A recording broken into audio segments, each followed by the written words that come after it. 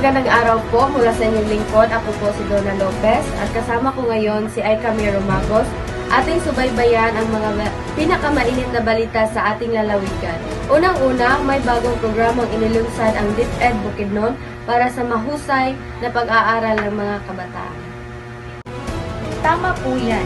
Ang programang Sagip Karunungan ay naglalayong mapabuti ang literacy rate sa probinsya sa pamamagitan ng pagbibigay ng libreng tutorial at supplementary learning material sa mga mag-aaral na nangangailangan. Ito ay magiging kapaki-pakinabang para sa mahigpit 10,000 students sa Bukidnon na nahihirapan sa kanilang pag-aaral. Maraming salamat po sa inyong impormasyon na yan. Balik po tayo mamayang hapon para sa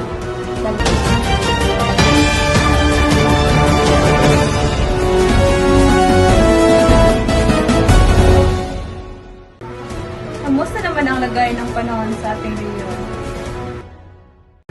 Ayon sa pag-asa, maulat ang pag-ulan na inasahan sa buong Bukidnon sa susunod na mga araw. Mag-ingat po tayo sa mga posibleng pagbaha at landslide. Payuhan po lahat na mag-ingat lalo na sa mga natitira sa mga lugar na madaling bahain.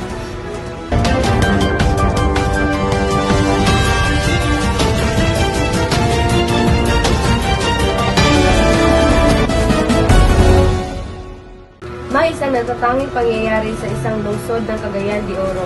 Ito'y tungkol sa pagbubukas ng bagong mall sa uptown area. Ang mga residente ay may iba't ibang reaksyon sa pagdagsa ng mga tao at traffic.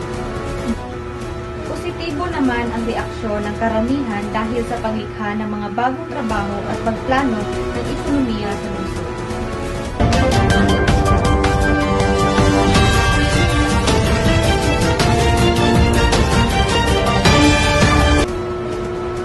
At para naman sa ating mga nakakaaliw na balita, may isang lalaki na tangkang magnakaw ng manok sa isang poultry farm gamit ang isang lambat. Walang anong-anong sinasabi, siya ay sariling lambat. At kaya naman pala saya-saya isipin mo,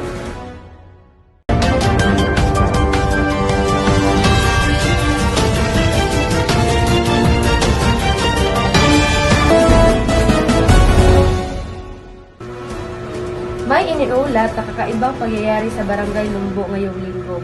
Maraming nakakakita ng isang malaking ibon na may kakaibang kulay. ayon sa mga nakasaksi, nakakaiba ang kulay nito at hindi nila nakilala inalam pa ang tunay na dahilan sa likod nito. At dito lang po nagtatapos ang aming pag-uulat. Ako po si Sheen Magdadaro. Maraming salamat at magandang gabi, Pilipinas!